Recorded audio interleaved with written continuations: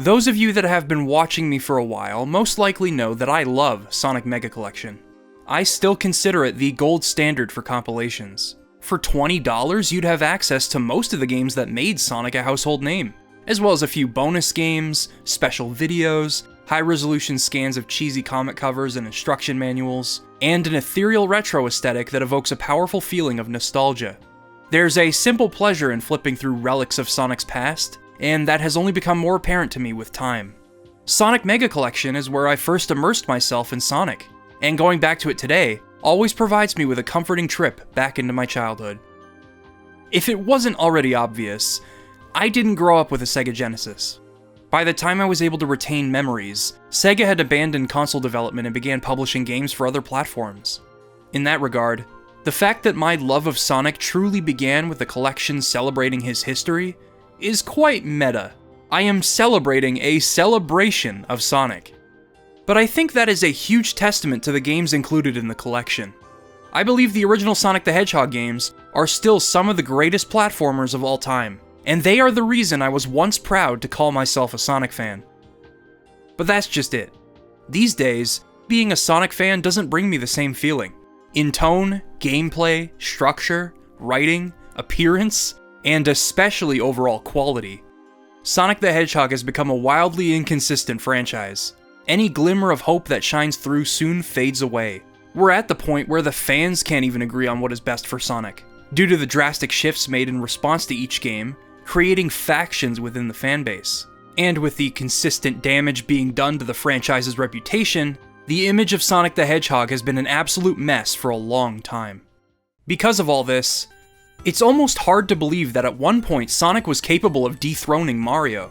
There was a time in which Sonic was revered around the world for everything that now divides its fans and critics. Its gameplay was ingenious, and the games remain incredibly rewarding and unique experiences that you can't have anywhere else. It was able to convey a lot within the limitations of its hardware, and this is true for its graphics, audio, personality, atmosphere, and even its story. There is a simplistic joy in revisiting classic Sonic, and it's something that I cherish amidst the chaos that has come about as a result of Sonic Team trying to maintain the franchise's colossal legacy. The name Sonic Team used to refer to a talented team of Sega developers that formed an alliance and did the impossible. They worked together to flesh out the core of Sonic the Hedgehog, saw continued acclaim after expanding their team and creating its sequels, reunited in Japan to create an all-new IP and make the Sonic Team name official, and successfully transitioned the Sonic series into 3D before going their separate ways. After that, Sonic Team was left without its founders to guide them, resulting in the hit-and-miss output that we've seen since. Over that time period, there have been games that I absolutely love and elements of games that I absolutely love, which are the reasons I don't doubt that there's still passion left at that studio. But even Sega themselves have admitted to betraying fans. Thankfully, things are looking up with Sonic Frontiers. It is shaping up to be a complete reinvention of what a Sonic game should be in the modern day, and that may be for the best. But if we've learned anything, it's that we can't predict the future. And so, here I am, playing these old Sonic games once again. For this video, I wanted to walk you through my attachment to the classic era of Sonic. Everything that made me fall in love with Sonic in the first place, how its creators continued to build on such an incredible foundation, and what its eventual conclusion with Sonic Adventure meant for the franchise's future. Ultimately, I want to show you why I come back to Sonic Mega Collection when the going gets tough. I'm Liam Triforce, and this is why I love classic Sonic.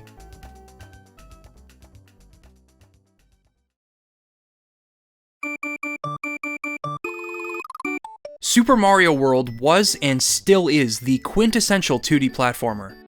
It took the tried-and-true gameplay loop of Mario, built upon the exploration and secret hunting established in Super Mario Bros. 3, and created one hell of an engaging, rewarding, and memorable platformer.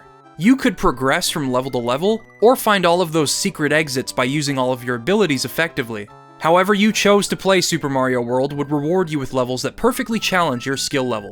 There's a lot more to be said about this game, so, in short, it's awesome. And the contemporary response back then from critics and audiences seemed to echo this sentiment. But even with some of Nintendo's finest work headlining the Super Nintendo in 1991, the Sega Genesis outsold it 2-1 that year, all thanks to a speedy blue hedgehog. Sonic was born out of a corporate desire for Sega to rival Nintendo in market share, with them even holding an internal contest open to anyone at the company to see if someone would cough up a competent mascot. Sorry, Alex Kidd, you weren't gonna cut it. But despite these corporate desires, there were 3 bright young developers within Sega that made sure brilliant game design took agency over this mascot being a shallow marketing ploy. First, there was Yuji Naka, a talented programmer looking for his next project. He had a desire to create a fast-paced action platformer for 2 reasons. The first being his recently completed work porting Ghouls and Ghosts to the Sega Genesis, in which the protagonist would traverse across seamless landscapes with hills and slopes. The second reason was Super Mario Bros. Obviously, it was the first of its kind, but Naka was enamored with its nuances. World 1-1 is perhaps the most famous case of teaching a player through gameplay.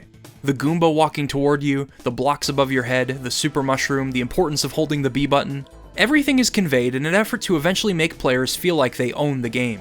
The part that Naka fixated on was the absence of a save feature, which meant players would constantly have to replay the first level, and as a result, they'd keep getting better at it. They'd keep beating it faster and faster using well-timed jumps and that famous shortcut. This is actually a huge part of what makes Super Mario Bros. Such a well-crafted game. Take World 4-1 for example.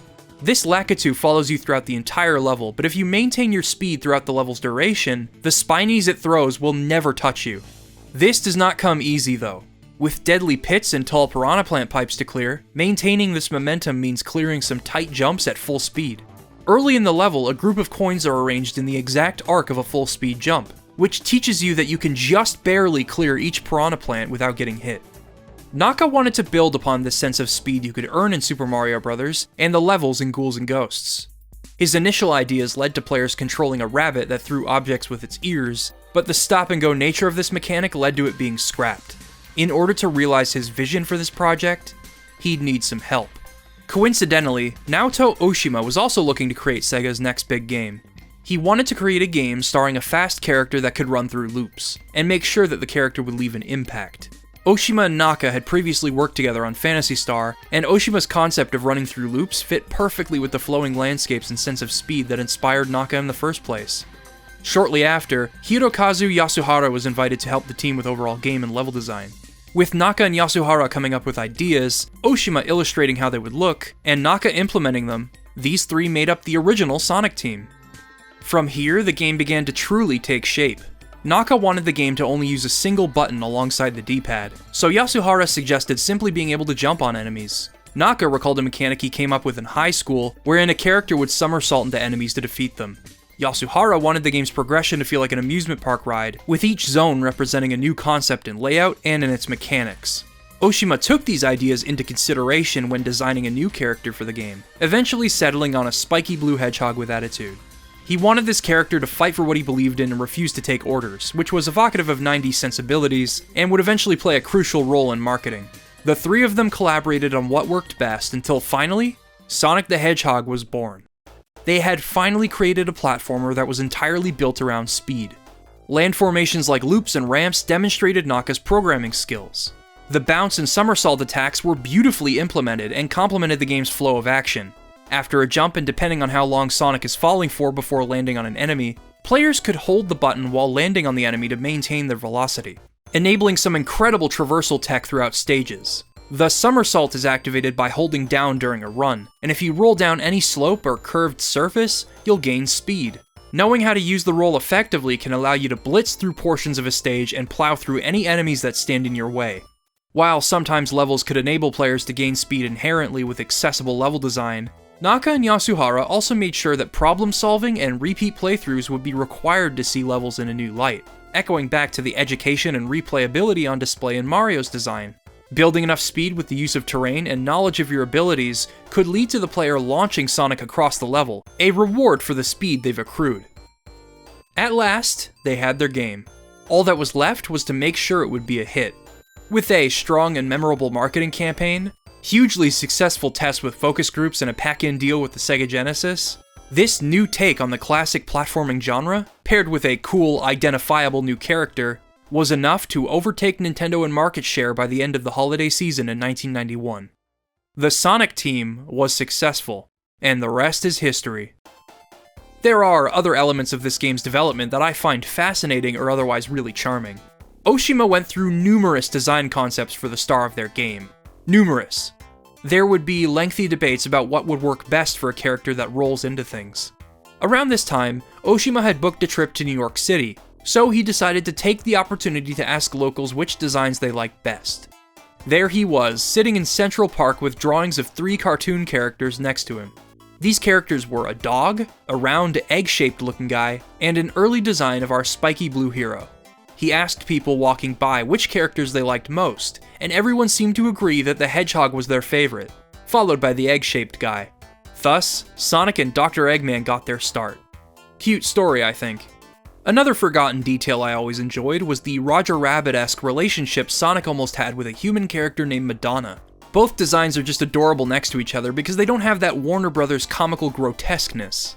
Oshima's earliest Sonic designs were super cute, perhaps even too cute to be depicted as cool. Ultimately, I think cutting Madonna out was for the best because her existence would have betrayed Sonic's nature as a character. He goes his own way and fights for what he thinks is right. Somehow I don't think he'd be interested in romance. Anyway, I could go on about the details that shaped Sonic, but in the long run, it was the game that made him a star. It's been over 30 years since Sonic made his debut, but it's amazing how well games from the 16-bit era have held up. Along with Super Mario World, The Legend of Zelda: A Link to the Past and Super Metroid have both stood the test of time, and remain some of the best games of their kind. As for Sonic the Hedgehog on Sega Genesis, well, let's start with the stuff that's still awesome. I think we all inherently understand why Sonic is fun to control, and I outlined some of that while discussing the game's development. It's all about the dopamine that the engine is capable of producing. Rolling down inclines to gain speed, bouncing off of badniks and maintaining your momentum, ramping off of stuff, it's incredible. The engine Yuji Naka developed is the stuff dreams are made of. But simply letting players run wild with it would not make for an engaging overall experience. Level design is just as important to Sonic as speed. One cannot thrive without the other. And I can't think of a better level to demonstrate this than Green Hill Zone.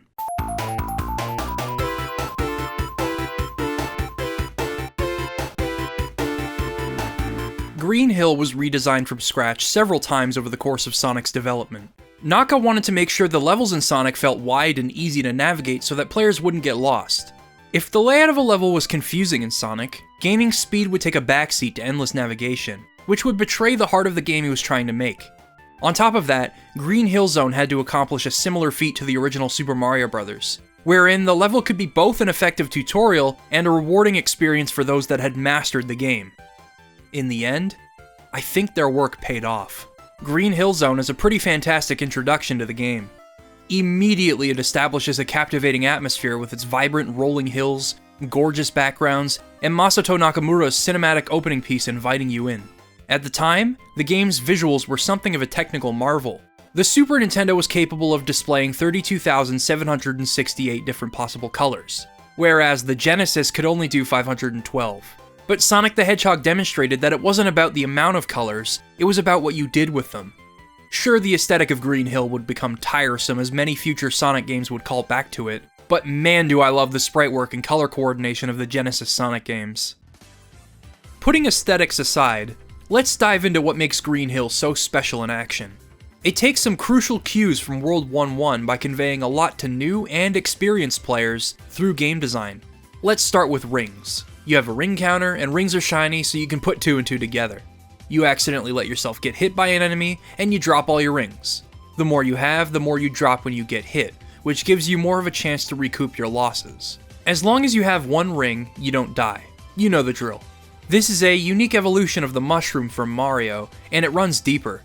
Like Mario, collecting 100 rings will net you an extra life, but holding on to at least 50 of them as you cross the goalpost will make a giant ring appear, leading you to a special stage for a chance at a Chaos Emerald. The more you play, the more rings you're able to find. The more you memorize hazards in a level, the better you get at being able to avoid them. All of this meaning you hold onto more rings for longer. Not only is holding onto large amounts of rings tangibly rewarding, but it's also psychologically satisfying seeing that counter go up because you're able to avoid damage and collect rings in the first place. In Mario, the coin counter rolls over when you hit 100 and it doesn't reset at the beginning of every level, so it isn't nearly as gratifying to rack up the big numbers.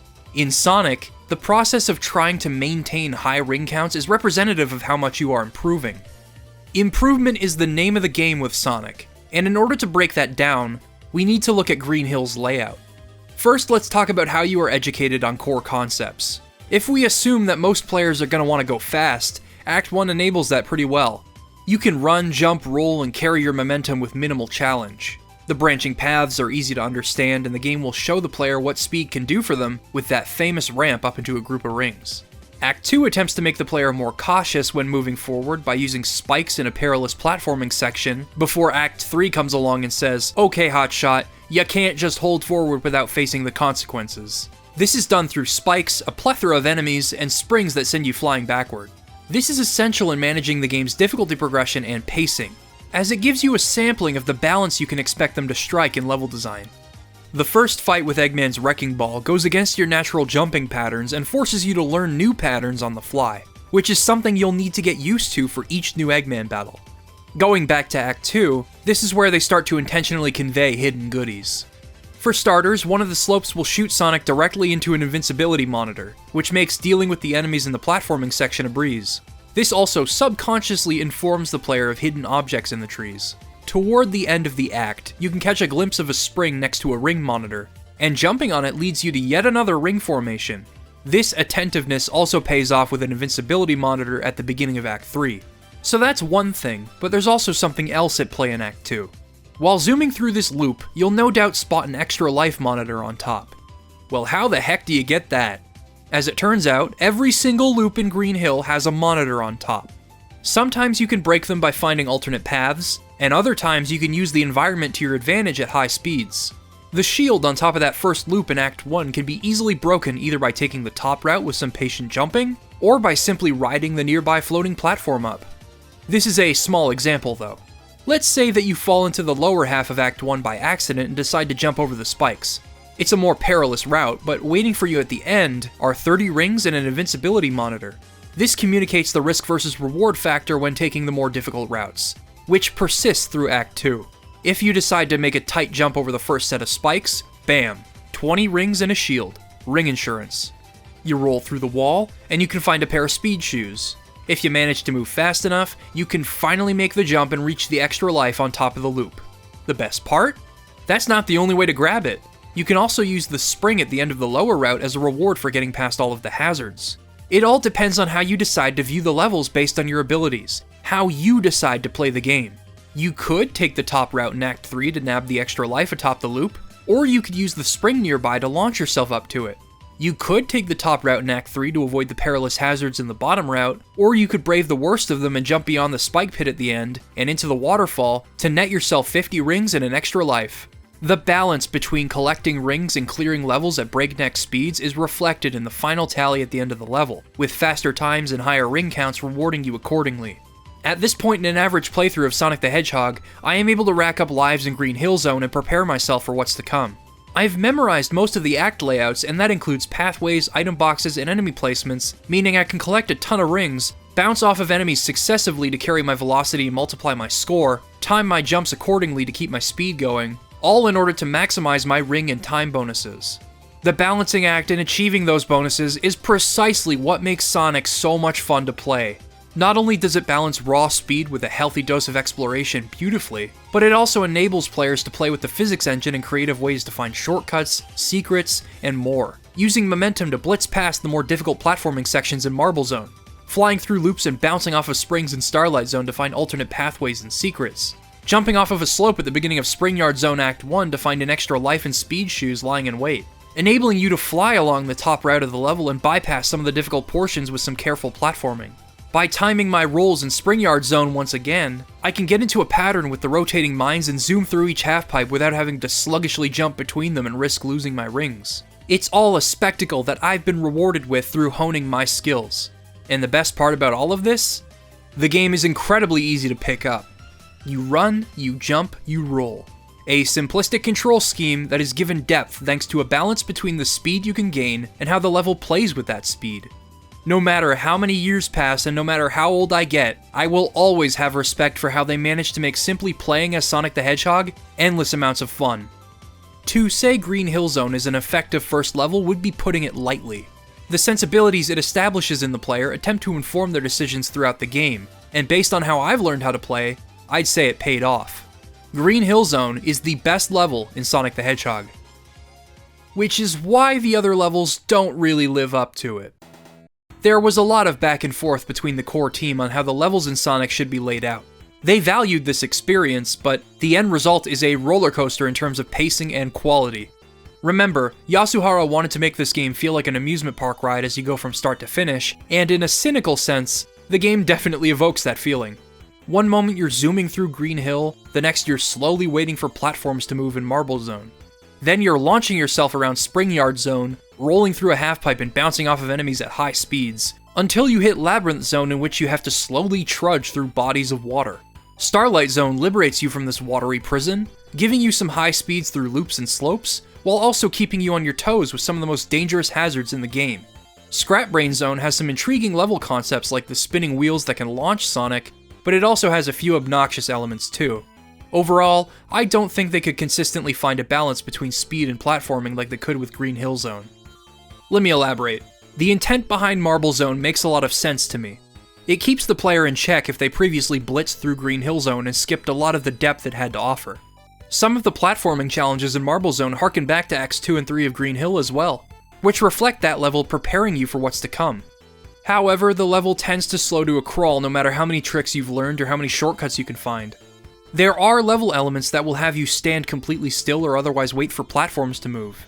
Considering Sonic is a game about constant movement in one way or another, usually at a brisk pace, this feels like the antithesis to that. Thankfully, Spring Yard Zone can be a lot of fun, as I've touched upon earlier. Its overall bounciness and challenging enemy and hazard placement make it a breath of fresh air after slogging through Marble Zone. In Act 3, there's a cool jump you can perform while rolling down the first slope to bypass a section right away. I always loved figuring that one out. Unfortunately, the curse of Marble Zone seems to linger throughout a lot of Sonic's level design from here. Spring Yard suffers from this a bit with its slow-moving block patterns. Even if there are usually ways to avoid them, a first playthrough will most likely lead to players dealing with them anyway. On top of that, the level is a bit too punishing with its beginner's traps. The spinning mines that go underneath the level in tight corridors are just evil. Speaking of evil, Spring Yard Zone is immediately followed by Labyrinth Zone. Designing a level around Sonic's greatest weakness isn't inherently a terrible idea, it's the execution that ruins it. We all know the pain, sluggishly jumping around underwater trying to avoid hazards and getting crushed, all while having to worry about your oxygen. There is some exploration here, but very little speed. The water is an unavoidable problem that you must face, and I think we all have some shared trauma here. Personally, my trauma is linked to the boss section of Act 3. If you die here, you will not have access to a single ring until you climb to the top. You can grab a shield, but that's it. You have to avoid all of these obstacles and outrun the water, which makes you slower once you've submerged, all without getting hit by anything. At the end of the zone, you'd better not get a game over. It's stuff like this that makes me understanding of those that hate this game. I have no idea what the team was going for here. I enjoy the concepts of managing oxygen and finding ways to rise above the water, but this was not the way to go about implementing them. In contrast, Starlight Zone feels like a reward for climbing out of Labyrinth Zone. It is full of awesome design elements for gaining speed, and it feels like a much more suitable test of your abilities up to this point. And although Scrap Brain Zone has elements that are reminiscent of the worst of the previous levels, like this slow bit in Act 1, and this repetitive section in Act 2 with the ball hogs, as well as obnoxious design elements like the electricity and disappearing platforms, I genuinely think it has some great ideas, like the spinning wheels that launch you if you roll on them, or the obstacles that hang out by the treadmills. But then the game deliberately sends you back to Labyrinth Zone for Scrap Brain Act 3, in the longest underwater labyrinth yet.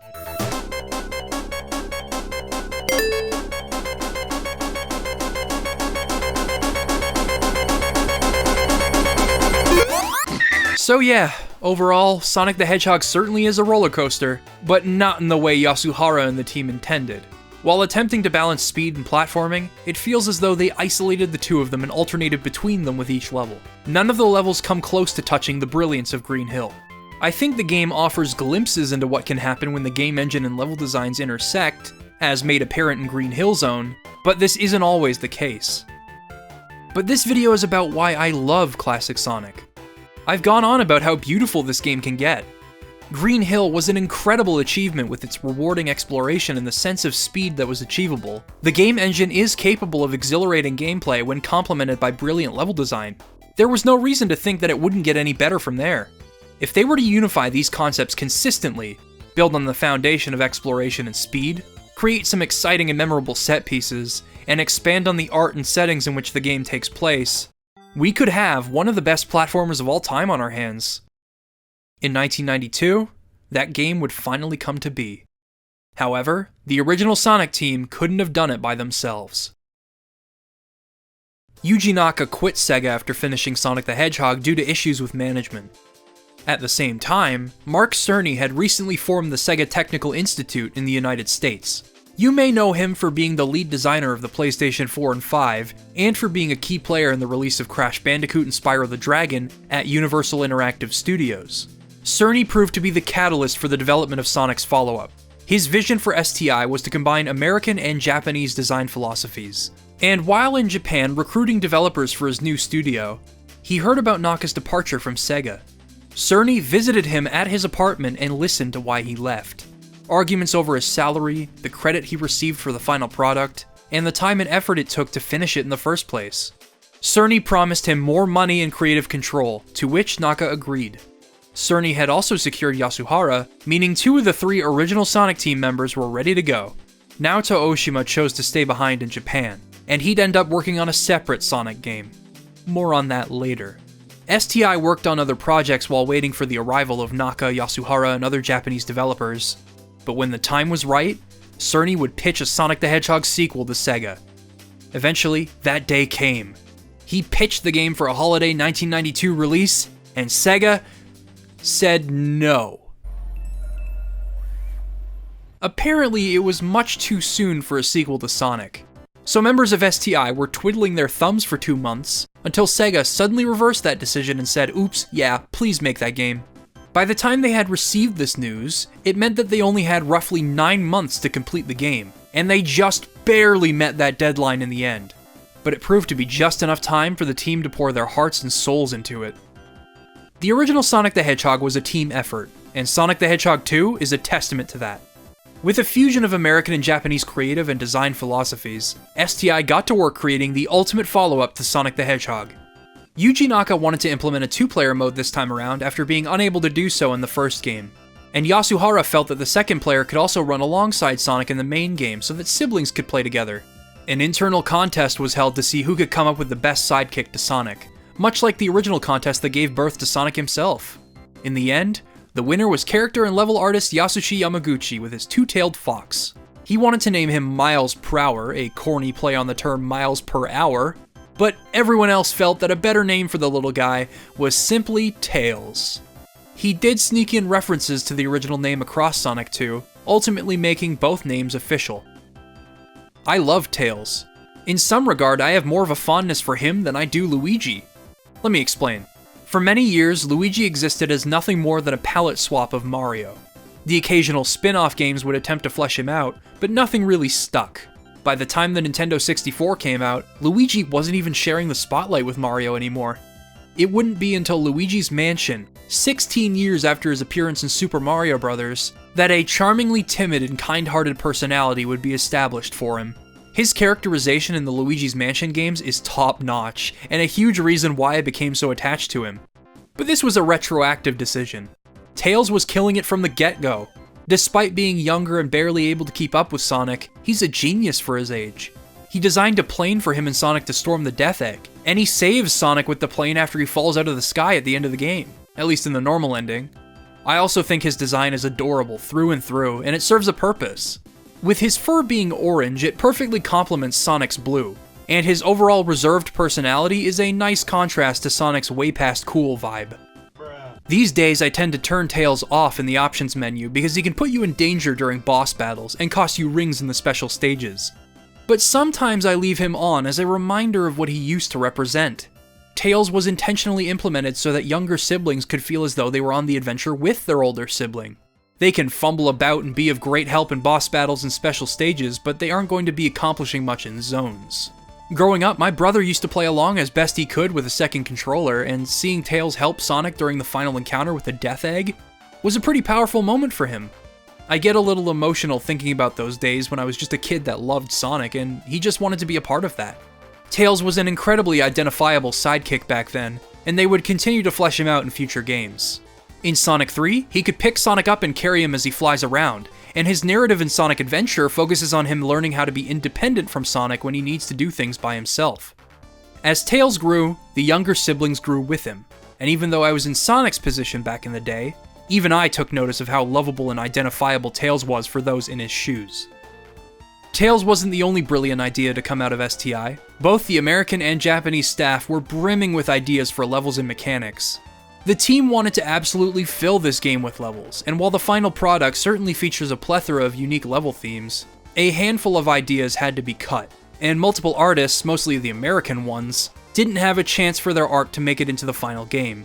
All of the levels designed by Brenda Ross, a wood zone, a winter zone, and a desert zone, were scrapped completely. Many of Tom Payne's sprites went unused, and his art for the scrapped Genocide City zone would only see the light of day in the spin-off game Sonic Spinball. As an aside, that name would be changed as the Japanese team member that named it didn't quite have a grasp on what that word meant. I would say the name change was probably for the best. The American artists getting their work cut was representative of a cultural divide that persisted throughout Sonic 2's development. Mark Cerny's vision for unified design philosophies did not come without hiccups. Most meetings for the game were conducted in Japanese, and although the meetings were led by Cerny himself, the Americans were left a bit lost. The American and Japanese staff also had critically different philosophies on work in general. While the Americans were used to the typical 9 to 5 working hours, the Japanese devs would work through the night due to their acclimation to crunch. So although there were difficulties in unifying the team, and there was some debate over why exactly the American art was usually first on the chopping block, truth be told, plenty of things were cut from Sonic 2 for a number of reasons, as its ambition could not be realized in the time allotted to them. For example, Yasuhara once outlined a time travel idea for the game, and the large amount of stages they initially wanted to feature would have presented a cohesive progression in that narrative. This was a rough, unfinished concept, but it helped guide the eventual look of the stages in Sonic 2. Remnants of this concept do appear in the final game, though, as Hilltop Zone features dinosaurs and an active volcano, while Chemical Plant Zone is no doubt a reflection of the damage Eggman had done to the environment. Overall, the concepts the team managed to come up with are enthralling, and it's a shame that not everything could be fully realized. But without a doubt, the most infamous scrapped element from Sonic 2's development was unquestionably the Hidden Palace Zone. Featuring art by future Spyro the Dragon and Ratchet & Clank artist Craig Stitt, this elusive zone was heavily featured in promotional materials, even being partially playable in leaked prototypes. The incredible use of color in the material we do have access to makes me wish we could have seen this in the final game. I love the way the bridge lights up as Sonic walks over it. I see a lot of the influence that this level eventually had on Stitt's work for Spyro, with the sparkling gem-like appearance and strong use of ethereal color coordination. The level's purpose was even more intriguing though. After collecting all 7 Chaos Emeralds, the player would be warped to the zone, and they'd have to navigate it in order to unlock Super Sonic. Now, we'll talk about the importance of Super Sonic later, but just the idea that the Hidden Palace is guarding such incredible power, and it's a secret that you unearth through the demonstration of your skills, it just sounds so awesome! But the only remnant of the level accessible by normal means is the music associated with it via the sound test.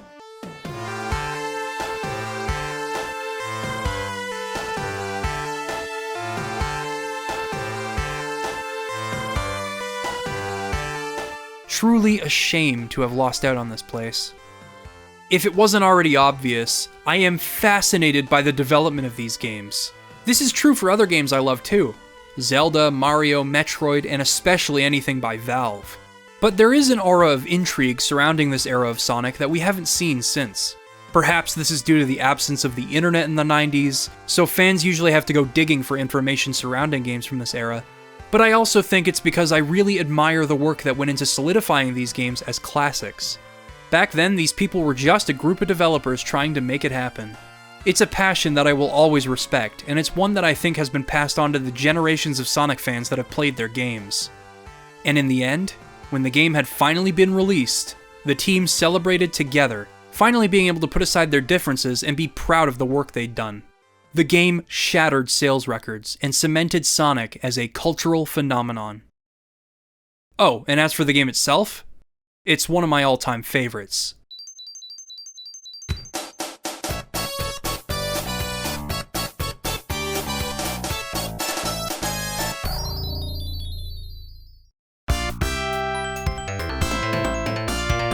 Sonic the Hedgehog 2 is such a dramatic improvement that it nearly renders the original game obsolete. Sonic's speed cap has been lifted, meaning that he can actually outrun the screen if he's moving fast enough. To encourage high speeds, the levels usually have much less vertical exploration, instead focusing on branching routes that occasionally intersect. It's all about giving the player options in exploration without sacrificing speed. Emerald Hill Zone can balance fast-moving set pieces and tricky obstacles on all of its potential routes, without having to slow the player down. It balances corkscrews, spike traps, bouncing on springs, disruptive enemy patterns, and sequential loop-de-loops beautifully. Aquatic Ruin's two main routes both offer completely different experiences, with the top route rewarding those skilled enough to avoid the water. Even if you end up in the water, it's clear the designers learned from the mistakes made with Labyrinth Zone, because they still enable you to go fast underwater. You can create plenty of opportunities for yourself to just zoom on by, thanks to the flat route design and the springs that give you a boost.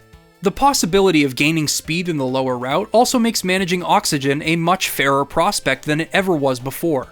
Mystic Cave Zone is designed to be claustrophobic and filled with traps, while also giving players the freedom to play with slopes to find alternate paths and whatnot. Despite the amount of stuff they've crammed into this place, going fast is simply a matter of knowing when to jump, when to roll, and when to use the springs, as always. Just from looking at the levels I'm discussing, I'm sure you can agree, nearly all of the levels in this game strike a perfect balance on speed and exploration without significantly altering the pacing, and almost all of them have their own identity through art direction and unique level design concepts. On top of that, almost all of them have only 2 acts instead of 3, so it feels like there's never a quiet moment. You're always on the move, and you're always experiencing something new. Casino Night Zone places Sonic in a series of pinball machines, and its plethora of half-pipes and opportunities for major air all harken back to the best examples of Sonic 1's physics engine. Oil Ocean Zone makes it a challenge to stay on the top routes away from the oil, and even if you manage to stay up there, it isn't always easy to maintain your rings. Even Hilltop Zone, despite just seeming like a blue reskin of Emerald Hill with lava, knows how to keep players moving. On multiple occasions, the terrain will shift or lava will rise, forcing players to do their platforming as quickly as possible. But at the same time, you can also branch off during these segments and be rewarded for it with rings, a shield, or an invincibility monitor. Along with the streamlined level design, the spin dash was implemented to help strike that balance between going fast and looking around. By holding down and mashing a button, you can charge up a burst of speed. This is a godsend for shooting Sonic up sloped surfaces and ramming through enemies, and jumping out of a spin dash can allow you to reach places that you might not be able to reach normally. While it doesn't serve as a replacement for building up momentum while rolling in a half-pipe or down a slope, and its addition does take away some of the depth that Sonic 1 had with its momentum-based gameplay loop, it makes exploring levels and overall navigation way more fun, which benefits the overall design of Sonic 2. Now, Sonic 2 is a much more open-ended game than Sonic 1. We're talking Green Hill Zone level stuff consistently without sacrificing speed. It has routes that deliver a lightning-fast platforming experience for those just getting into the game, routes that require you to think on your feet, as demonstrated in places like Oil Ocean, Mystic Cave, or Aquatic Ruin. But it also rewards those looking for something more with the addition of the legendary Supersonic. While I may have given the impression earlier that Emerald Hill was just designed to encourage high-speed platforming in all of its routes, it is also one of the greatest tutorials for how careful exploration can reward you in Sonic 2. Aside from the hidden extra lives and other optional goodies you can find by getting creative, or by learning more about the game with each playthrough, there's also these checkpoints. While they seem to just be respawn points for when you die, they can also serve as this game's giant rings. If you cross a checkpoint with 50 rings, a dancing star circle will appear, and you can jump into it to access one of this game's special stages. Let's talk about these special stages for a moment.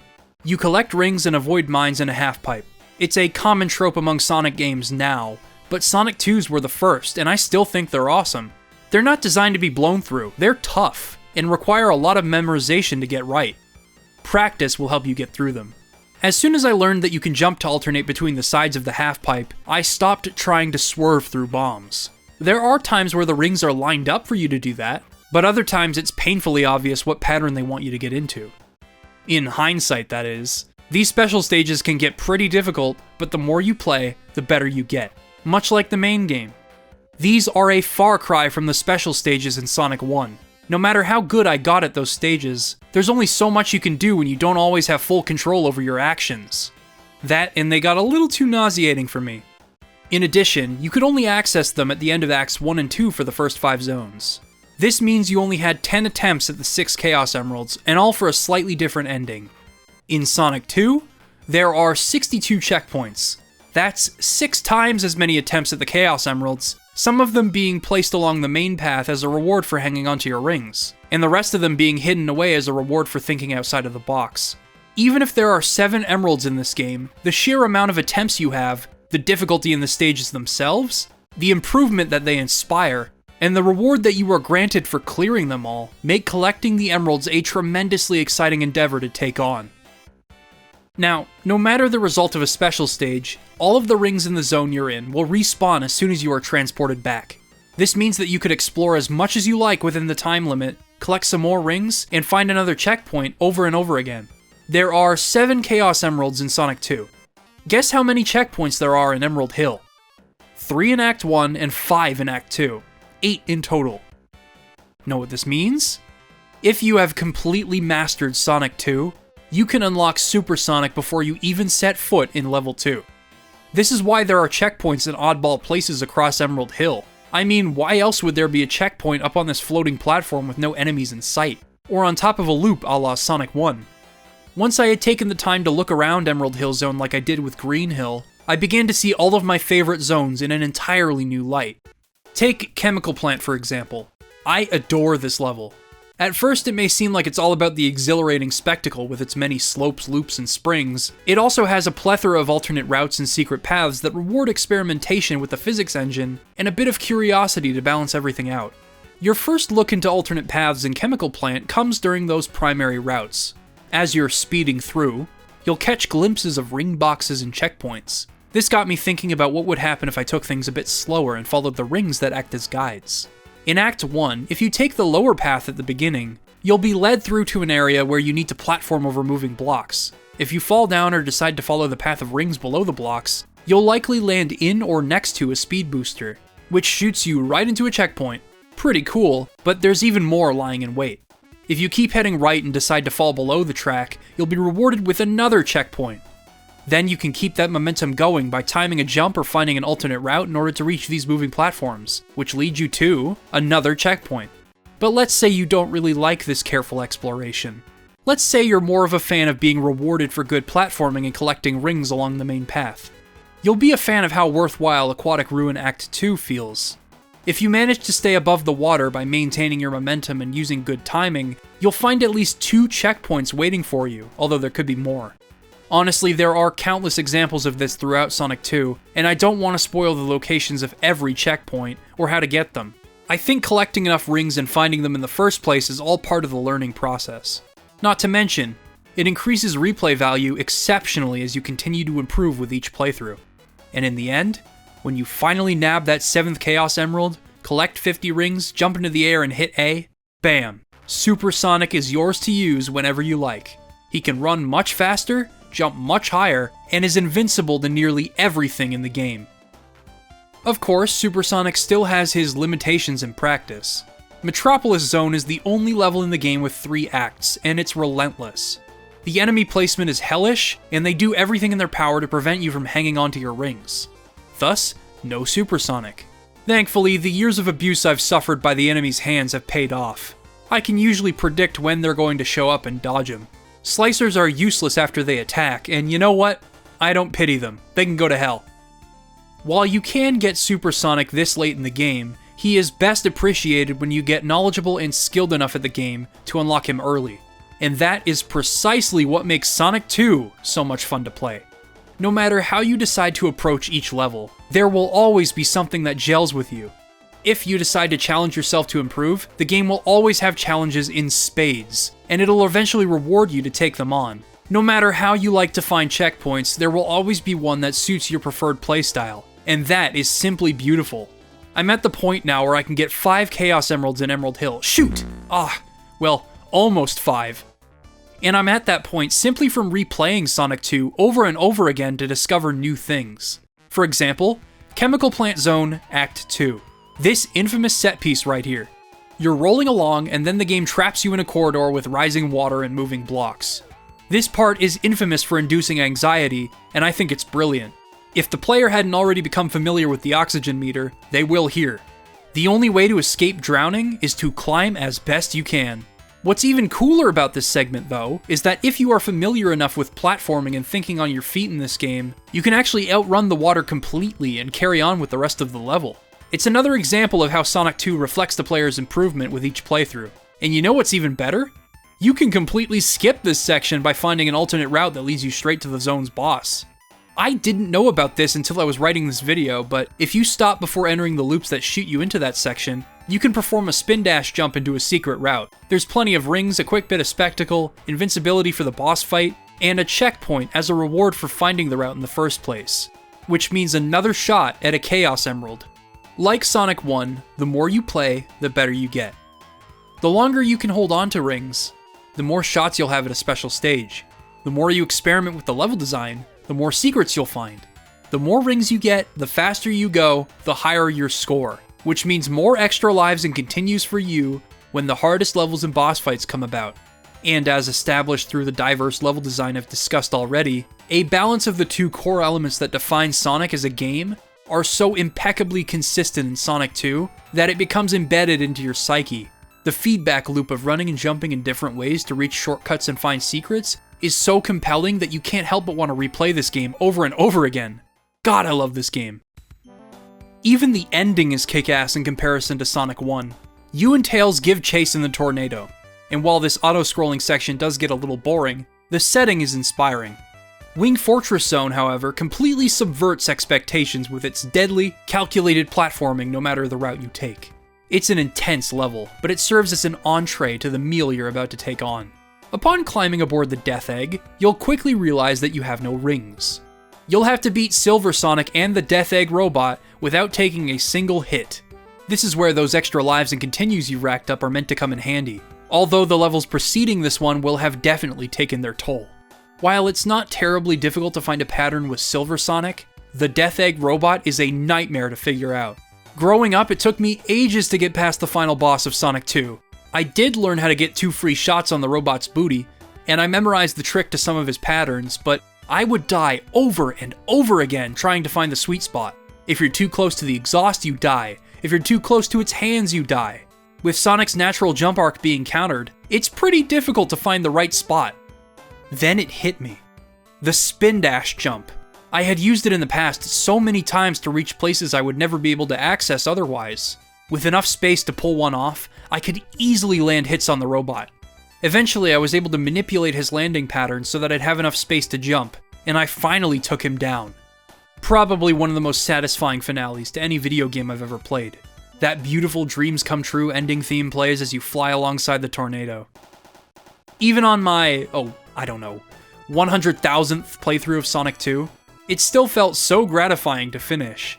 Not only because I had mastered the boss itself, but also because I had mastered the game to such an extent that I could collect so many rings, find all those checkpoints, unlock Super Sonic to play with, and do it all at lightning fast speeds.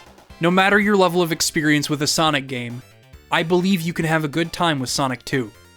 With its much stronger and much more focused level design, the game not only consistently delivers on speed in diverse ways, but it also accommodates exploration in both its levels and mechanics.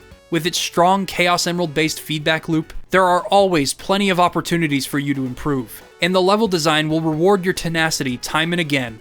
The art design is stellar, the story is simplistic yet charming, and the music is infectiously catchy. But I'm sure you know all about that by now. I cherish so many of the memories I made with this game. As silly as it seems, one of my fondest is with one of the most infamous hazards in Sonic history, the pit. Most pits are bottomless in Sonic and kill you instantly. This one, however, forces you to face your mistake and slowly watch as Sonic first loses his rings to the spikes, and then finally dies. But that's just with normal Sonic. If you fall in there with Super Sonic, yeah. With that said, it's a beginner's trap that I will always find amusing. Anyway, that's Sonic 2. It's a miracle that it turned out to be this fantastic considering the circumstances that brought it to life. Although the original Sega Genesis version has aged like a fine wine, I personally recommend the Android and iOS ports by Christian Whitehead and Simon Tomley. They have a ton of quality of life features, and they are easily my favorite way to play Sonic 2. Aw, damn it!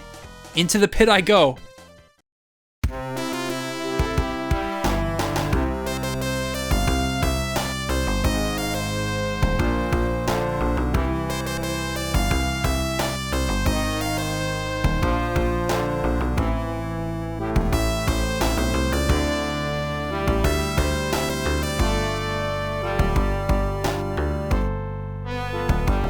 Thank you.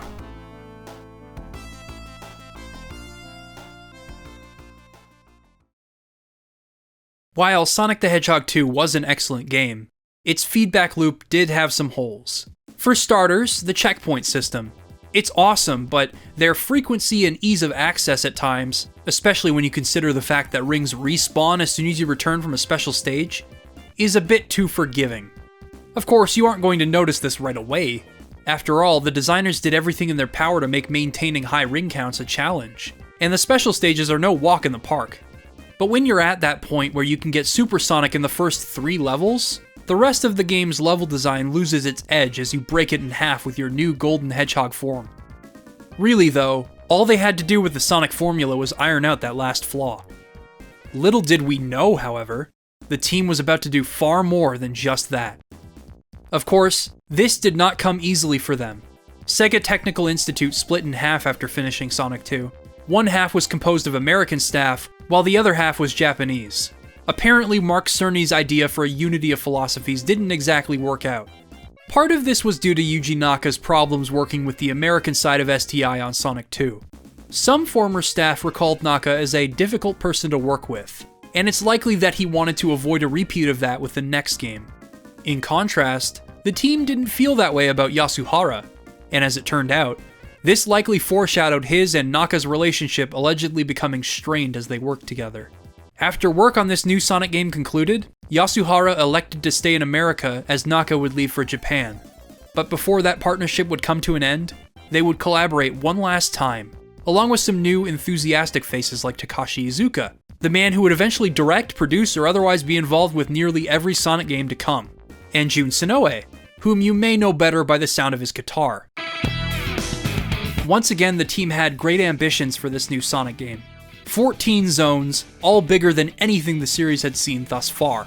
Sega's marketing, however, had other plans. In preparation for the release of Sonic 3, they pushed Sonic everywhere. McDonald's, lifesavers, he was even the first video game character to be featured in the Macy's Day Parade.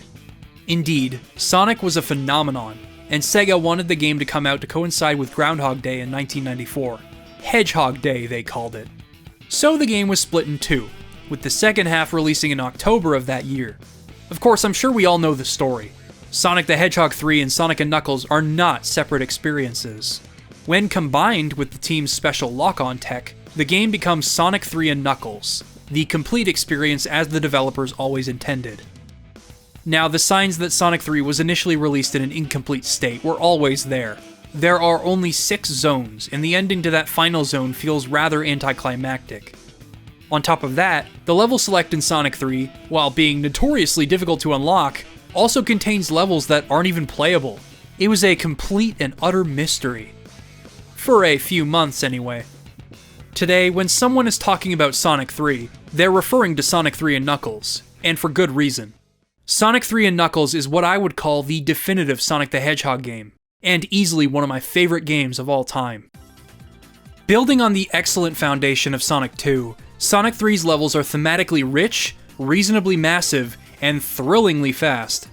Every single level feels wonderfully distinct in appearance, layout, mechanics, and the nature in which they create speed and manage pacing. But in order to fully appreciate them, we need to talk about how they've implemented Supersonic this time.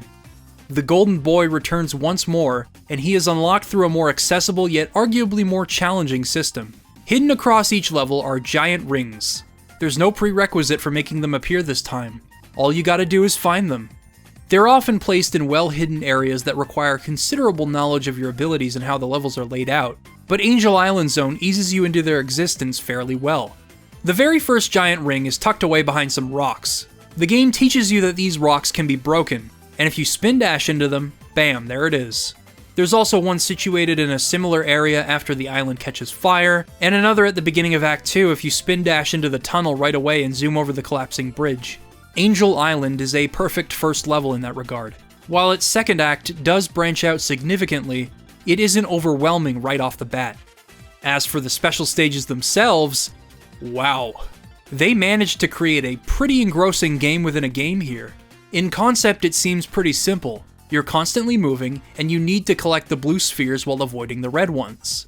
The longer you take, the faster you move. If need be, You can also jump to avoid certain spheres. Usually, the stages are designed in such a way that there is a pattern you can follow. But with your speed increasing as the levels go on, it becomes more and more difficult to think on your feet and use lightning-fast reflexes. The levels eventually go on to take a substantial amount of memorization, practice, and fast-paced puzzle solving to get right, which means you're gonna mess up a lot. As such, you gotta keep looking out for more rings. Thankfully, there are 77 giant rings in total, but because of their secretive hiding places, I've only been able to locate just over a quarter of them in my lifetime. I'm still finding new giant rings to this day. While recording footage for this video, I found a giant ring I had never known about with Knuckles in an underwater portion of Ice Cap Zone. I had no idea they would think to hide one down there, but that's just it. Sonic 3 really wants you to think outside of the box, and it is the best at doing that in the series' history. With every playthrough, I'm able to unlock Super Sonic faster. Not just because I'm able to locate more giant rings each time, but also because I'm able to beat the special stages consistently despite their increase in challenge. Like the games that came before it, Sonic 3 excels at making you feel the improvement in your proficiency at the game. Alongside Sonic, you can also play as Tails and newcomer Knuckles the Echidna, which adds another layer of depth and complexity to both level design and your own approach to the game. You can have Tails fly wherever he wants, and while Knuckles can't jump as high, he can glide and climb walls to access routes inaccessible to Sonic and Tails. Tails is great for familiarizing yourself with levels from an explorative standpoint, as his power of flight is perfect for surveying areas that Sonic would normally require speed and momentum to reach. Knuckles usually goes through his own special routes over the course of his campaign, which means exclusive giant rings, but he also has his own uses through the usual Sonic and Tails routes. If it weren't already abundantly clear, this game is colossal in scope. And when you factor in the supersonic feedback loop that this game has going for it, the magnificent level design of Sonic 3 becomes all the more impressive. Hydro City Zone has several opportunities for players to create speed, and you can use that speed to run on water and launch yourself to new heights in secret areas. But it still slows down when necessary with water-based hazards and enemies littered across its higher routes. It is a prime example of how speed and creativity can be used to find hidden goodies. Marble Garden Zone has plenty of steep slopes for gaining sublime levels of momentum, but it is also a ridiculously detailed labyrinth with plenty of methods for accessing its secrets, as well as tricky routes with spikes, enemies, and spinning balls on chains to be wary of. There are so many giant rings in Marble Garden Zone that the level can feel like a Metroid game in terms of layout. This theme continues into Carnival Night Zone, which features some circus-inspired set pieces and mechanics, endless optional routes, and momentum generated through a series of slopes, boosters, spinning columns, balloons, the wheels from Sonic 1. It's jam-packed with things to mess with, but its compact routes make scouting for giant rings more manageable, and a healthy way to balance things out. Ice Cap Zone has a remarkable progression in ideas, and it's one of my favorite levels in the game. It begins with an iconic snowboarding sequence, but after you crash and find yourself at the base of the mountain, you have to somehow make your way up to the summit. The level employs a lot of problem solving and careful platforming in both its main route and in finding giant rings, and a slip-up can cost you time as you'll have to climb back up the mountain. After you finally make it to Act 2, the game rewards you with level design that focuses on the simplistic joy of creating speed and using it to your advantage, as well as the music that symbolizes your arrival at the summit. Launch Base Zone balances that problem solving and tight platforming with some spectacle thanks to its high-speed antics. Mushroom Hill Zone is just as open-ended as it is exhilarating to rush through. Flying Battery Zone is just as intoxicatingly fast as it is crushingly difficult and claustrophobic. And the music is one of the best compositions you'll ever hear come out of a Sega Genesis.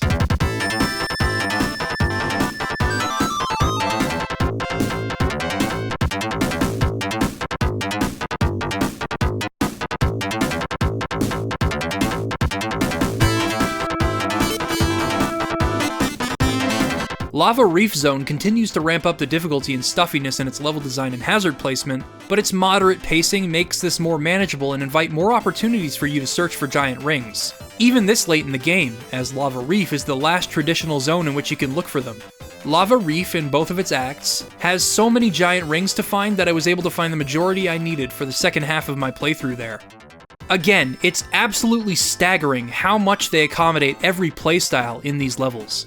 Even as the levels get harder and it becomes more difficult to hang on to your rings, The giant rings don't get any more difficult to locate.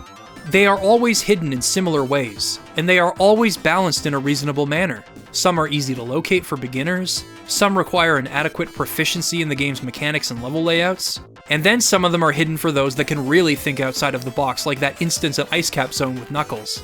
Of course, if you're not one for stressing over the giant rings and special stages, much like Sonic 2, the game will still have more than enough awesome video game to offer. Exploration is also made more accessible through the elemental shields. To compensate for Tails and Knuckles' abilities, Sonic also has some new toys to play with. Although the Insta-Shield can help you take out enemies in a pinch with some good timing, it doesn't exactly compete with Tails and Knuckles' abilities. The elemental shields do, though. The Fire Shield lets you perform a mid-air dash and survive fire hazards, the Electric Shield draws rings toward you, gives you a double jump, and protects you from electricity, while the Bubble Shield lets you breathe underwater and perform a bounce to get up higher than your jump would normally allow. In certain levels, searching for these things can become a priority, outside of the exploration advantages they offer. Having a Bubble Shield in Hydro City Zone makes the underwater sections a breeze. The Electric Shield is a godsend in Flying Battery, and the Fire Shield is almost a necessity in Lava Reef. So even if you don't want to use them as assistants in searching for giant rings, you can use them to just barrel through acts as a reward for finding them in the first place. All that's left is to not lose them. With all of these shields and characters to play with, and on top of the endless replayability that Sonic games historically enable and encourage, Sonic 3 and Knuckles is a rare game that I'll never tire of playing. Of course, I groan whenever I reach Sandopolis due to its excessive length and confusing layout, but it's not enough to derail any of my playthroughs over the years. This game is a perfection of the Sonic formula, and it gets even better. So, we know how the Chaos Emeralds work in this game, and we have a general idea of why the system they've implemented works so well. But the truth is, it is much bigger than a simple 7 Emerald hunt, and to talk about that, we must first discuss the story of Sonic 3 and Knuckles. Sonic the Hedgehog 2 gave us a glimpse into what Sonic games could be like with a bit of heart backing its basic narrative, all thanks to Tails. But Sonic 3's narrative, while simplistic, reveals itself in an endearing way that eventually ties itself into gameplay, all without the characters saying a single word. As soon as you start a new game, Sonic and Tails will ride above the ocean in the tornado. Then Sonic jumps off and goes super, flying alongside Tails. All they have to do is show you what Sonic can do for you to want to collect the Chaos Emeralds. Knuckles proves to be a nuisance alongside Eggman, impeding your progress at every turn up until Launch Base Zone. It seems silly in hindsight that Sonic 3 ends here because Knuckles falling over and the Death Egg being prevented from launching isn't all that special of an ending, nor does it explain who Knuckles is or why he's doing what he is. It wasn't until Sonic 3 and Knuckles came to be that the answers would be made clear. Upon entering Mushroom Hill Zone, you'll see Knuckles exit from a hidden door. Behind that door is a super ring that leads to this game's hidden palace, complete with the Master Emerald and pedestals for a collection of new emeralds. Here's where things get interesting from a narrative standpoint and especially a gameplay standpoint. First of all, Knuckles is guarding some pretty powerful gems here, and the fact that he's involved with Eggman is bad news. I mean, who knows what these things could be capable of? Well, the best part about that is you can find out for yourself. In the second half of Sonic 3, the giant rings become super rings that lead to the hidden palace. Once you hop into one, you can choose any special stage you want. This is a welcome decision because, as you might have guessed, the special stages are pretty difficult in this half of the game. Rather than repeating the same one over and over again and continuing to fail, you can try an entirely new one or attempt one that you've already become familiar with on a separate playthrough. Completing one of these special stages will grant you a Super Emerald, and collecting 7 of them unlocks a new Hyper Transformation for Sonic or Knuckles. However, choosing to enter a Super Ring at any point will prevent you from using your Super Form until the true final boss, as the power of the 7 Chaos Emeralds is what causes the Super Emeralds to appear in the first place. This isn't made apparent to you in-game, but it does give you a choice. Either continue to use your traditional Super Form and blitz through the rest of the game, or you could challenge yourself. Guarantee that Eggman never gets the chance to harness the power of the Emeralds. Continue to unearth the hidden rings, master the hardest special stages, and grant yourself unlimited power. This is Sonic 3 and Knuckles' final test for players to achieve their mark of mastery, and it is oh so sweet. To be honest, it took me many years to finally unlock Hypersonic. I could never master the patterns and layouts of the special stages, and the overall difficulty of the levels in the and Knuckles half of Sonic 3 made it hard for me to find the super rings. But as the years went by, I got better at the game. With every playthrough, I was accomplishing new feats and making new discoveries. When I was at the point where I could unlock Supersonic and Hydro City Zone, I knew I could finally do it. Eventually, I went all out. I dug deep into the level design and kept finding new things. I stagnated around 4 or 5 Super Emeralds initially and couldn't find any in Sandopolis, but I pressed onward knowing that Lava Reef was designed for players to jog rather than sprint, and take detours along the way. After missing so many Super Rings and failing so many special stages, I pulled it off. I unlocked Hypersonic for the first time, and I was completely overjoyed. He can move even faster than Supersonic, and his mid-air dash is a screen nuke. One hell of a reward to mess around with, and I'll never forget how happy I was to finally conquer the Super Emerald hunt. Of course, the other characters have forms to play with too. Hyper Knuckles, for example, can glide ridiculously fast and destroy all enemies on screen as soon as he connects with a wall. Because of that, I began to use his glide all the time to beat stages as fast as I could. Tails, however, is in an interesting spot.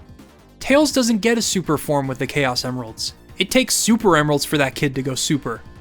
The end result, though, transforms Tails into the Grim Reaper himself, Super Tails. If an invincible flying fox wasn't enough, Tails summons a flock of flickies while transformed that will home in and kill anything in sight. In almost every boss fight, you don't need to do a damn thing. The flickies will do everything for you, and the game will essentially crumble as the flickies kill most of the enemies you pass in stages. Yeah, the Super Emeralds are worth it. The decision to include hyper forms also keeps the game's later difficulty in check. If you choose to go for the Super Emeralds and 100% completion, you won't be able to use your super forms anymore as mentioned. This means that you'll have less opportunities to blitz over the more challenging areas of the game. While it was rewarding in Sonic 2 to unlock Supersonic early and tear stages apart, it did make the game a little too easy to replay until you made it to Metropolis, Wing Fortress, and the final boss. Of course, you'd still need to collect rings in order to stay super, but that's nothing. In Sonic 3 and Knuckles, because you can challenge yourself to collect the emeralds one more time here, and the emeralds are much harder to obtain, it keeps things tricky. That, and the levels aren't always about survival. Sometimes they're all about solving puzzles or exploring to find the right path. So hypersonic speed isn't useful all the time. Sure, if you're good enough at Sonic 3 and Knuckles, you can unlock Hypersonic in Mushroom Hill Zone and destroy the rest of the game, but I also view that as rewarding due to the tremendous amount of skill it takes to get to that point. I mean, I've been playing Sonic my whole life, and I just recently unlocked Hypersonic, and I think that's a testament to the captivating depth of this game. This is why I love classic Sonic gameplay, and especially why I love Sonic 3 and Knuckles. The game enters its climax with Knuckles realizing he'd been tricked by Eggman.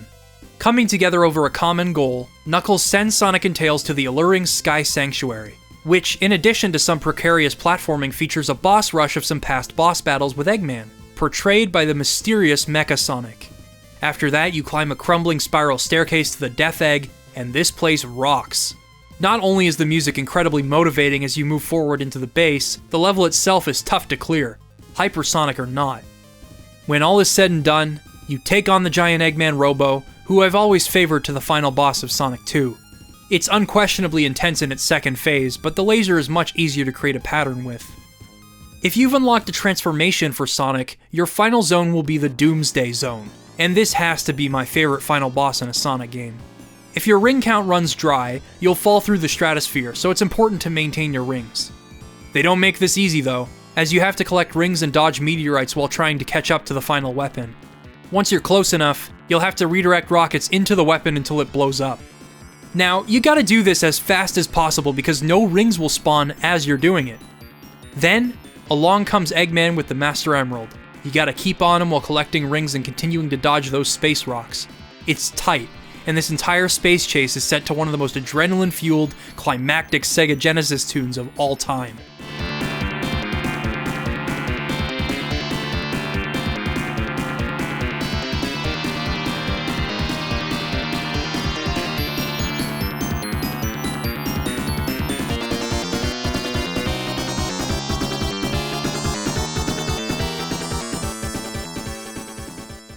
Depending on your collection of emeralds, you can get one of 3 endings. If you don't have the 7 Chaos Emeralds, you don't enter the Doomsday Zone, and the Master Emerald falls back into Eggman's hands.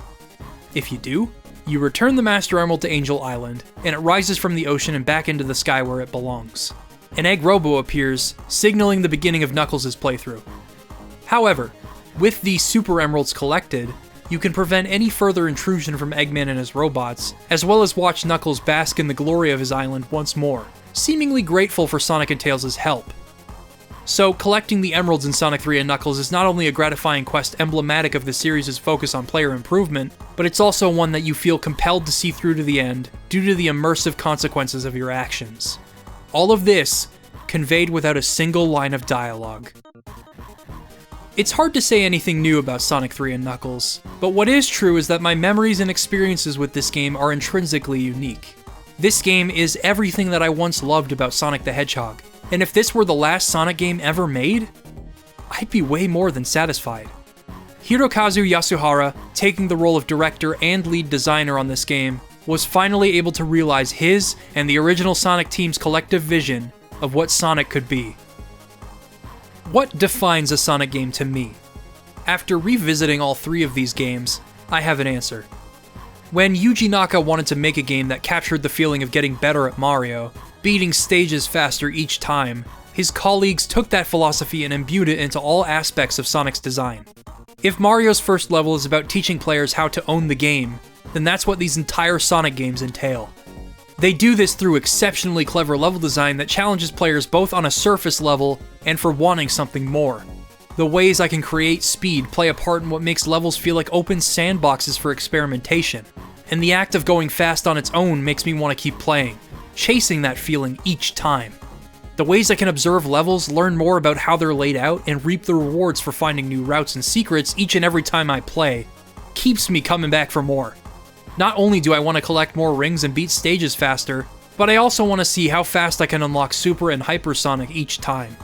To do this, I get better at the special stages, which are also inherently fun to revisit for being entirely different games within the games, and yet they maintain the swift nature of Sonic itself. And finally, this is all rounded out with a vibrant and diverse atmosphere, a lovable cast of characters, and a simplistic yet enthralling narrative with heart. It's something that I'll want to replay for the rest of my life. All of this is what Sonic the Hedgehog is to me. Of course, my attachment to this era of Sonic extends beyond the quality of the games. Let's talk about all that stuff for a moment. The Super Nintendo and the Sega Genesis were the last consoles to have identity in their sound chips, and the Sega Genesis sound is legendary. The composers for Sonic, as you'd expect, took full advantage of the Yamaha FM synthesizer chip inside the console to create not just the iconic rock and electropop that classic Sonic was defined by, but also some captivating and resonant pieces. We've touched upon tracks that suit both of these categories already, but if you want a full breakdown of why I love the music of Sonic, you can check out the video I made a couple of years ago on the subject. Of course, I'm sure plenty of you have already seen it, but in case you haven't, I go into way more detail there. Browsing the extras on Sonic Mega Collection and Sonic Gems Collection reminds me of the obscure media I appreciate from the classic era of Sonic. Sonic Jam on the Sega Saturn was a collection disc with a prototype of a 3D Sonic game built into it, and when I was a kid, I felt like I needed to own a Sega Saturn just for that. Speaking of which, Sonic spin-offs from this era had a lot of charm about them, regardless of their overall quality. It's not like it was in the 2000s and early 2010s where you'd have an oversaturation of Sonic games on every system imaginable. In the 90s, they were relatively harmless experiments that supplemented the excellent main series, and sometimes their own merits would shine through. I'm not the biggest fan of Sonic Spinball, but I know plenty of people that love its pinball platforming feedback loop. I've made a video on Sonic R. That game is pretty bad, but I learned to love it anyway through a situation not dissimilar to how you improve at one of the games I discussed in this video. It's all connected, I feel.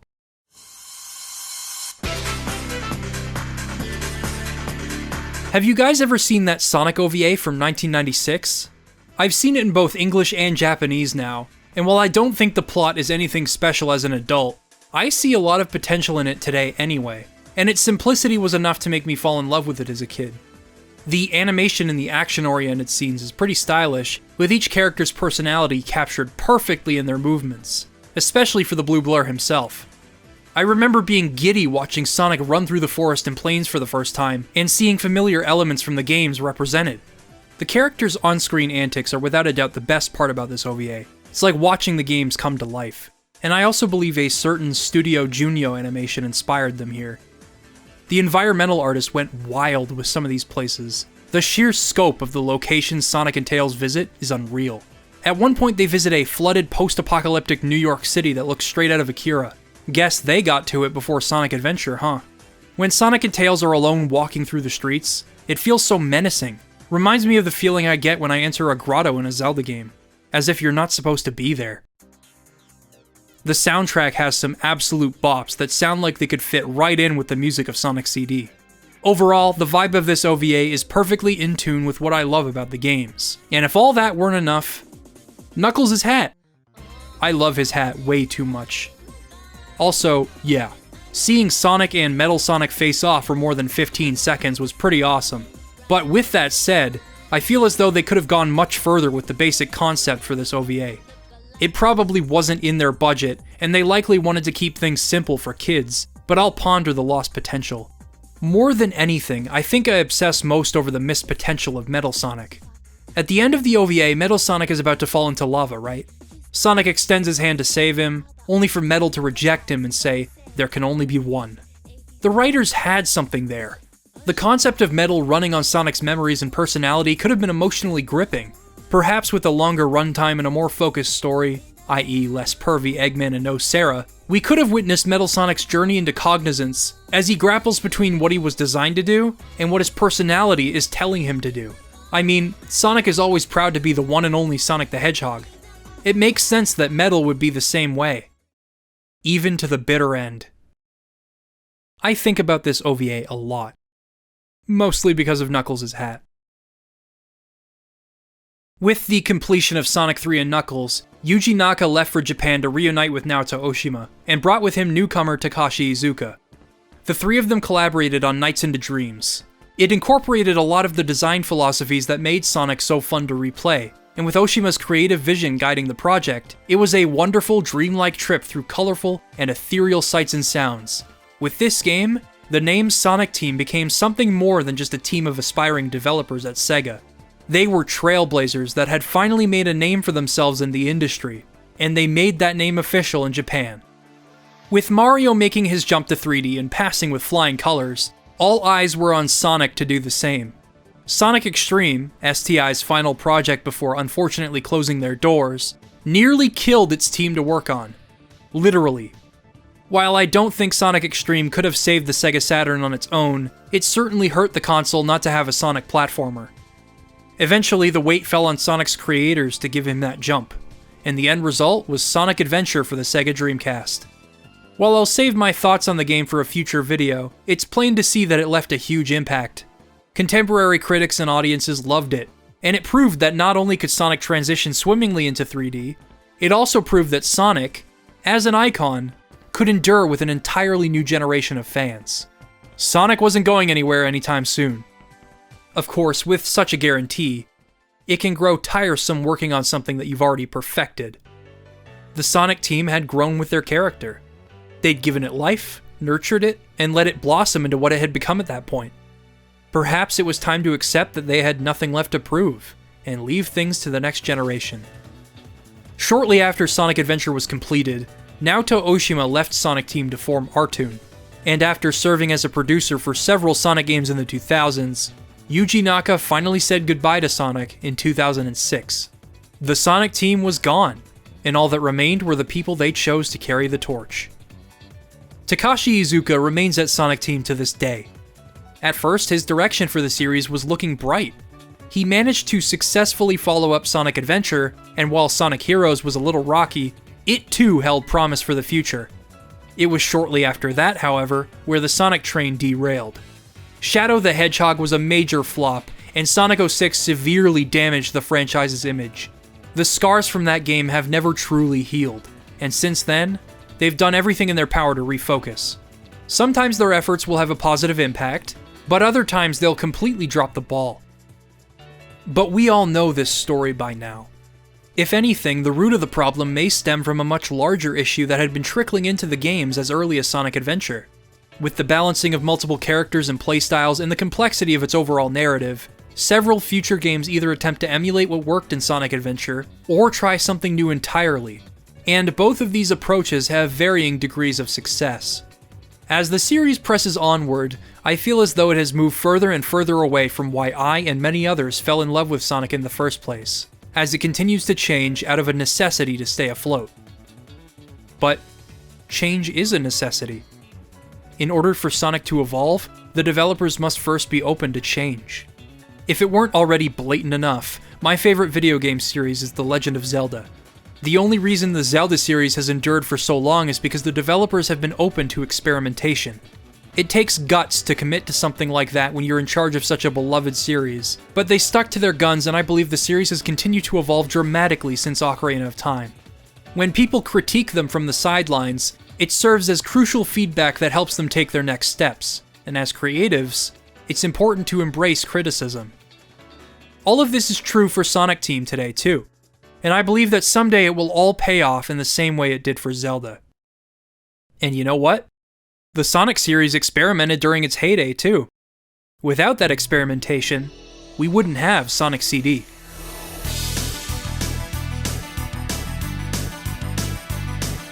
While Naoto Oshima was separated from his colleagues that were working on Sonic 2, he would delve into a Sonic project of his own.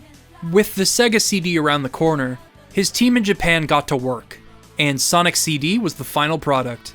The game was nothing short of a passion project, and I admire its ambition, but I believe I know why it remains the most divisive of the classic Sonic games. Sonic CD takes more inspiration from Sonic 1 than Sonic 2 by design, which makes sense considering Sonic 2 and this game were developed concurrently. A lot of this game is built on the old school philosophy of Sonic 1 that was gradually left in the dust. You have to earn your speed. This is driven by the time travel mechanic. In each act, you can travel to the past, find a generator, and smash it to destroy all of the enemies in an area and create a good future. In order to get to the past, you need to cross a past sign and maintain your speed for long enough to time travel. In most cases, this brilliantly captures the feeling that the original Sonic the Hedgehog wanted to capture. As you try to create enough speed to travel into the past, you'll start to view levels as these non-linear versatile playgrounds. Collision Chaos is bouncy and vertical, with plenty of half-pipes, slopes, springs, and bumpers. Tidal Tempest feels rewarding for similar reasons to Aquatic Ruin, because if you are able to maintain speed along the top route, you can time travel with ease. Quartz Quadrant has plenty of roadblocks and obstacles to make going fast a challenge, but it proves to be one of the most rewarding levels to time travel in. If you're the explorative type, you can also find what I like to call time machines in most levels. Essentially, there are little pieces of the level that are designed specifically for people to time travel. Sometimes this means a sign next to a half-pipe, but other times this could be as silly as a sign sitting next to two springs that perpetually bounce Sonic back and forth. Remember that part in Hilltop Zone? Yeah, they're like that. And yet, I still feel rewarded for finding these things, despite how easy they make time traveling as a whole. Once you arrive in the past, looking for the generators can vary in difficulty. In some instances, you'll pass by the remains of the generator in the present, where it has already done its job. Collision Chaos, Tidal Tempest, and Quartz Quadrant all have memorable instances of this occurring along certain routes, and in Palm Tree Panic, both generators are just at the top of both acts. Other times they're a bit more obscure. Metallic Madness Act 1 has its generator sitting in an alcove that you can reach with a spring, while Act 2's can be accessed through those tubes you can travel through in the past to find rings and stuff. Now, while this might not seem too bad, finding openings to create speed in Metallic Madness, the hardest level in the game, can be a bit frustrating. Yeah, finding ways to time travel isn't always a wonderful and creative process. Wacky Workbench is an awful level, perhaps one of the worst in a Sonic game. No matter how careful you are, you'll find yourself bouncing all over the place.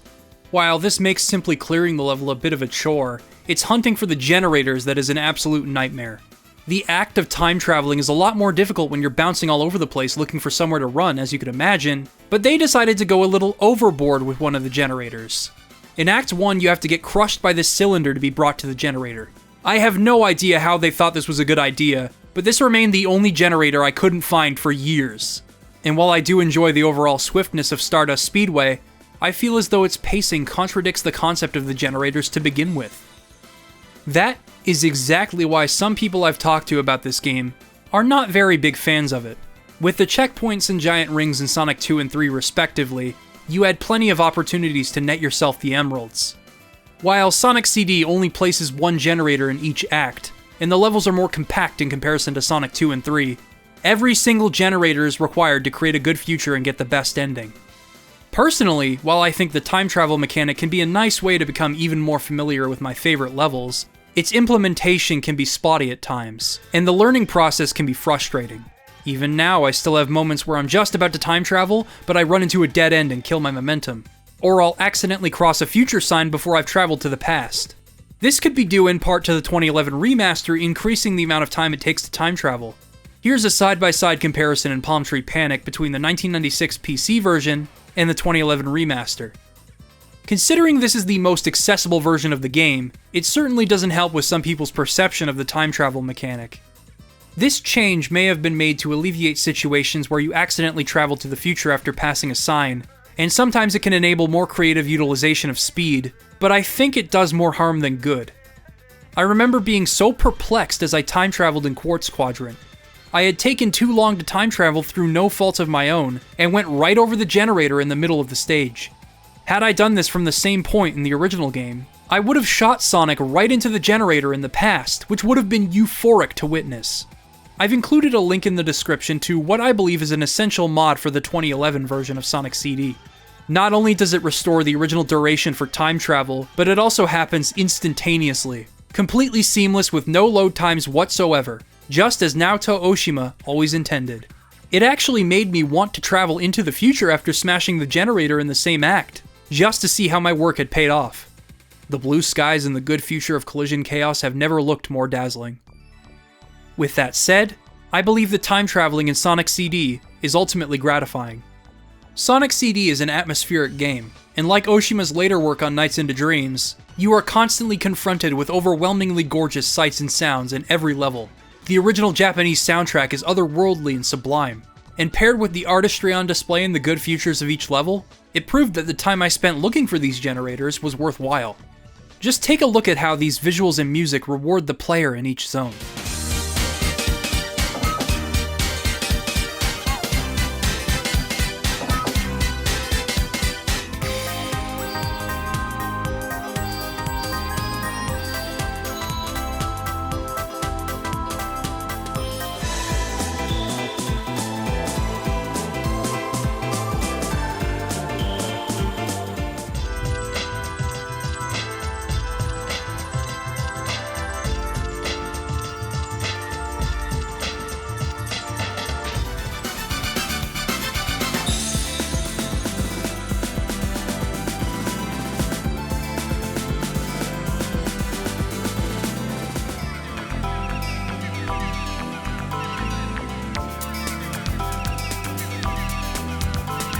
Now, there is actually an easier way to achieve this gratification. Just like Sonic 1, by collecting 50 rings and jumping into a giant ring at the end of each act, you'll have a shot at a special stage. By clearing one, you'll nab a time stone, and by collecting all 7 of them, you will guarantee a good future in every zone from then on. No more generators, all you gotta do is beat the game. This is how I most enjoy playing Sonic CD. The level of difficulty in most stages make it a test of skill to hold onto your rings, and you can appreciate the variety in each stage without having to stress over time travel or looking for a specific object each time. I can foster a casual appreciation for what the designers wanted to achieve in these levels, rather than obsess over time travel routes. Of course, you'll only have so many attempts at the special stages, but I don't mind. That's the name of the game with classic Sonic. Replay the games and improve in every aspect. The feeling of satisfaction when smashing generators will never truly fade away, but the time stones accomplish the exact same goal and yield the same results. What is different, however, is how I feel when I create a good future. Since the time stones guarantee good futures across the board, I don't feel as though I've mastered the stages like I do when I find the generators. I can still totally appreciate the good futures this way, but it isn't the same. Overall, I feel Sonic CD is very conflicted on what it wants to be, but its time travel gameplay loop is admirable. It fits right in with the philosophies on speed that drive classic Sonic, But it isn't always sunshine and rainbows. From an emotional perspective, however, it's a one-of-a-kind mechanic. Watching the levels change before your eyes and seeing them reflect your actions is something that has yet to be replicated. And speaking of which, Sonic CD has a lot of uniqueness that I'll always appreciate. Studio Junio animated the opening and ending sequences for this game, and they depict the Sonic the Hedgehog that I know best. The cool dude that fights for what he believes in and doesn't let anything stand in his way. The sense of humor, and the good that he inspires. The character designs are gorgeous, the flowing landscapes are hypnotizing in motion, and Sonic himself moves gracefully. This is my favorite depiction of Sonic, with Tyson Hesse's animated series being a close second. The race with Metal Sonic remains iconic. Every single time I race him, I can just barely outrun him in the end. It's always neck and neck, and it perfectly symbolizes the immaculate reflection of Sonic that Eggman has created.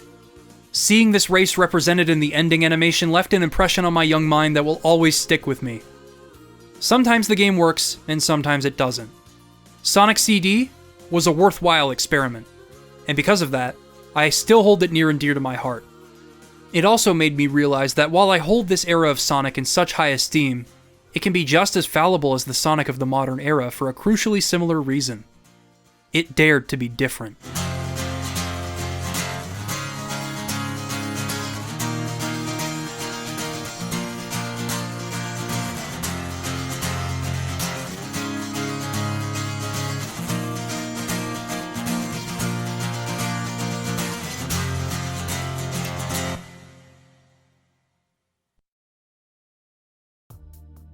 Sonic Mania was pretty sweet. It had all of the elements that made Sonic 3 and Knuckles so great, some of the best special stages in a Sonic game, remixed stages with some original ones for good measure, and some quality of life changes to the core gameplay that made for one hell of an overall package. It was a revisitation of what made Sonic so legendary in the first place, and I think Sonic fans needed that after such a rough patch with the franchise's seemingly endless growing pains. But if we were to continue receiving these classic Sonic games, somehow, I don't think they would feel as special. Sonic Mania was a nice reminder of the past, but for now, we should look toward the future. One of the original philosophies that drove Sonic's character design and personality was this idea that he was a challenger. After all, he was designed to challenge Nintendo in the console gaming market, and to challenge the status quo is to inspire change. I revisit Sonic Mega Collection all the time. It's a comforting window into the past, when all the world loved Sonic. But I know that things will never be the same. In order for things to move forward rather than stagnate, they'll have to keep changing and evolving.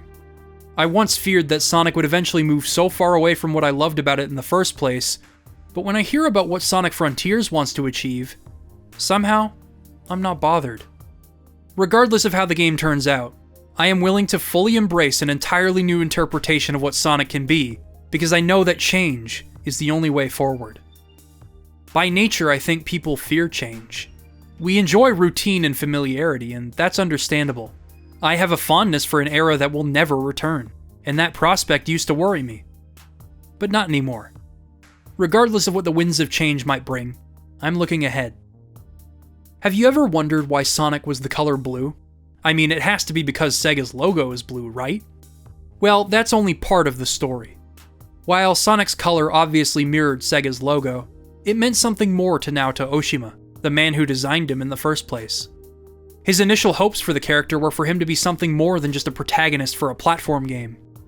To Oshima, Sonic's color symbolizes his sentiment that the open sky is blue forever. No matter how bad things get, the beautiful blue sky will always be there. That's why I'm glad the original Sonic games are so replayable. Change will always have its ups and downs. Sometimes it's good, sometimes it's bad. But the classic era of Sonic will always be there for me when I need it, like a warm blanket in the winter or a cold drink in the summer. As long as I can revisit my past from time to time, the future doesn't seem so bad. Good luck, Sonic Team. You'll get it right again someday. I've been Liam Triforce. Thanks for watching.